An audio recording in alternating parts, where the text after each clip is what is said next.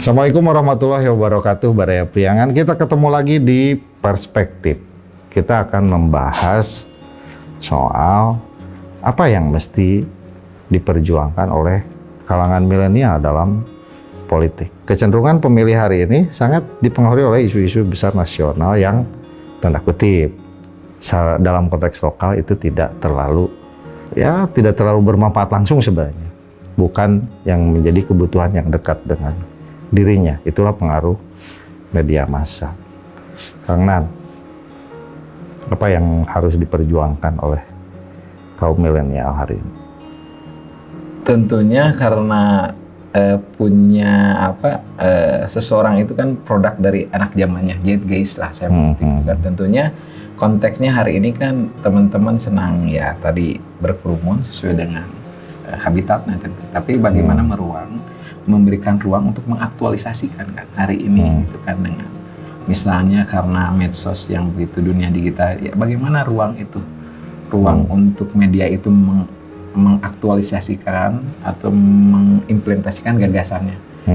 Ini apakah di Pupmaker dan sebagainya, karena ini kan dunianya kan dunia medsos hari ini gitu kan.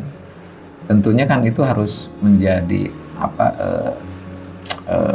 PR bersama atau gagasan ke depannya. Tentunya kan hidup ini kita untuk masa depan, bukan masa lalu. Gitu kan. Tentu yang lebih tahu persoalan untuk ke depan itu anak muda milenial. Nah itu. Apalagi besok generasi kita akan dihuni oleh 2030 ke depan. Iya. Oleh kalangan milenial. Nah itu kan kebutuhannya kan kita hidup untuk masa depan. Pemimpin hari ini itu kan hidup untuk masa depan, untuk milenial ini. Berarti kan harus by design gitu kan. Memproyeksikan ke depannya seperti apa. Makanya tentunya kan harus bergandengan dengan orang-orang milenial yang tentunya di dunia bukan saya lagi misalnya. Tapi konon kabarnya ada kecenderungan kaum milenial ini lebih apatis terhadap politik. Ya ada juga lah kalau melihat seperti itu. Tetapi kan tidak semua. Tidak semua. Karena ruang mereka itu kan tidak formal seperti partai. Tapi kan di ruang-ruang yang lain gitu kan. Mengkritisinya dengan cara mereka gitu kan. Dengan gitu kan. Melalui berbagai macam aktivitas. Betul dan sebagainya. Hari ini kan jarang sekali misalnya orang pegang misalnya masyarakat yang biasa Twitter gitu kan. Terbatas kan. Tapi kan teman-teman melihat tentu kan isu-isu yang ya tadi sampaikan, isu nasional tidak merubah tapi kan itu menjadi menjadi sorotan gitu bagi mereka gitu kan, menjadi interest juga. Iya, karena kan tadi segmentasi kelasnya yang berbeda tadi itu. Karena kan ya teman-teman milenial akselerasinya kan luar biasa. Ya dia kan punya menguasai dunia teknologi IT. Luar biasa. Itu jadi ya sebenarnya pikiran mereka lebih maju ya. Iya, karena kan tidak bisa lepas hari ini kan milenial tidak bisa dari gadget kan. Tidak bisa kan mereka. TikTok ya. Dan sebagainya. Facebook. Hari ini kan TikTok. Makanya bisa diidentifikasi gitu, coba ditanya. FB segmennya berapa, IG kan, Twitter kan bisa. Kalau priangan.com milenial. Itu kan. Punya segmentasinya masing-masing. Mau membidik di mana sih gitu. Setuju nggak sih sekarang memang harus diisi oleh milenial? Ya kalau tadi di politik itu. Kalau tadi berbicara masalah karena untuk masa depan, ya tentu harus ada lah dari teman-teman yang milenial, gitu kan. Tinggal saya berapa tahun lagi, milenial misalnya produktif paling fresh graduate 23-25 lah, taruh 25 lah, gitu kan sudah siap gitu kan. Ya masih panjang misalnya. Sepengalaman Kang Nan untuk milenial itu sendiri, kampanye yang paling efektif tuh apa? Karena dunianya pasti TikTok, medsos dan sebagainya. Itu. Pantesan rajin upload. Selamat Hari Pahlawan gitu. Itu. Untuk eksisnya itu. Itu minimal kan selewat itu terlepas itu mah. Tapi kan pesannya disampaikan. Ya nempel ya kalau gitu. Apalagi diulang-ulang. Gitu. Juga sholat 5 waktu. Gitu lah. Jadi kan, sepohonnya. Dan itu bukan mata pelajaran harus dihafal gitu kan. Ya gitu.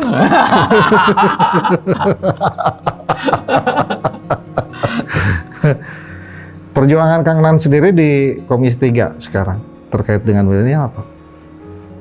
Yang diperjuangkan?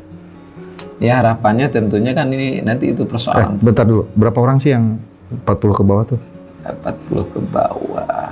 Ya ada kurang lebih 10 ke bawah, 10-an lah. 10 anggota ya? Ada lah yang masih. 7? Ada lah segituan. 7 orang? Kurang lebih. Yang usianya di bawah 40 ya. 7 per 45, 1/5 ya, 20%. Kurang kuat juga ya kalau... Yang baru itu kan 15% tuh. 15 orang kan hari ini di Kota Tasik. 35-nya kan yang kamu. Yang diperjuangkan apa teman-teman? Ya tentunya tergantung aspirasi yang diwakili oleh teman-teman itu apa yang menjadi kebutuhannya. Itu kan dikembalikan kepada janji. Dalam konteks milenial biasanya apa yang menjadi aspirasi mereka tuh? Kalau untuk ini tentunya seperti halnya ya dunianya dunia tetap bermusik lah. Musik, olahraga ya. Ya seperti itu. Kreativitas, seni ya. Ya seni. Kadang ada mural gitu kan yang menyampaikan. Oh, yang... Ada pernah saya menyampaikan aspirasi terkait untuk merubah suasana baru gitu kan, dan itu ya pernah dilakukan. Gitu. Tapi sayangnya jumlahnya masih sedikit ya di DPRD. Ya, belum. Ya tadi itu ya harus siap untuk bertarung, fight gitu kan, mental harus siap. Iya, tapi kan pengetahuan mereka terbatas juga karena ya, maaf ya, partai politik ini kan kurang proaktif juga. Ya kan ada jam terbang dan kualitas terbang. Maaf itu tidak bisa, tidak ada universitasnya, ada universitas kehidupan, di sana ada guru kehidupan. Learning by doing. Seperti itu ya, wajar saja lah. Nanti juga kita sampai pada saatnya gitu kan. Iya. Misalnya saya belum tahu ya wajar ketidaktahuan, karena kan saya baru masuk kelas 3 SD, ada yang sudah SMA, ada yang di university, masa mau dibandingkan? Nggak apple to apple atau gitu. Nggak apple to apple, nggak fair gitu membandingkan saya yang 3 tahun dengan yang sudah SMP, SMA, apalagi universitas, kan sudah beda mindsetnya. Tapi kebayang dinamikanya kalau DPRD itu diisi oleh anak-anak di bawah 40 ya, kebayang. Pasti rame, cungceng-cungceng tidak. Ya. Pasti tidak melihat mungkin, apalagi ya itu tadi. Karena saya yang sama, hak punya pendapat, ya kan sama, hak kan sama. Kan lebih ngotot gitu kan. Ya mungkin lebih, saja. Idenya lebih kritis. Bisa saja. Karena kan kacamata kuda tidak punya beban kan, itu namanya. Iya. Kalau kecuali punya beban terkerangkeng dengan unggah-ungguh dan sebagainya. Kalau mau lurus ya udah, saya bisa. Pengenalan sendiri kumaha? Ya menyesuaikan lah. Menyesuaikan ya. Jadi milenial sangat politis. Menyesuaikan. Oke. Jadi hati-hati menyesuaikan, jadi ke bawah gitu, jadi kolot. Ke bawah baik tenang. Gitu. Jadi saya khawatir juga kalau Nan itu udah tampilannya kayak orang tua gitu. Kita Nan lain sih. Nan kayak gitu. Anak Vespa kan. Oke, jadi simpulnya apa yang mesti diperjuangkan oleh kaum milenial ketika duduk di parlemen? Kreativitas. Dunia medsos hari ini kan semuanya kan pintu jendela kan di sana adanya. Ya digiring ke arah yang positif tentunya. Iya betul, tentunya. Bisnis, habis aplikasi dan sebagainya hari ini kan apapun kan terjadi dalam gadget yang seperti itu terjadi. Dan memang harusnya pemerintahan pun sekarang udah begitu untuk memangkas birokrasi, memangkas biaya. Ya, idealnya seperti untuk efektif dan efisien lah tentunya bahasa umumnya itu kan ya, tetap karena hari ini aplikasi. Ya kan masa eleh sama ojek atuh pemerintah. Gitu. Masa pemerintah eleh sama ojek. Ojek aja udah online. Masa bikin KTP masih kudu ngingki ke Disduk Capil? Tinggal goodwill-nya aja. Ada keinginan tidak political will-nya gitu saja mungkin. Dari siapa?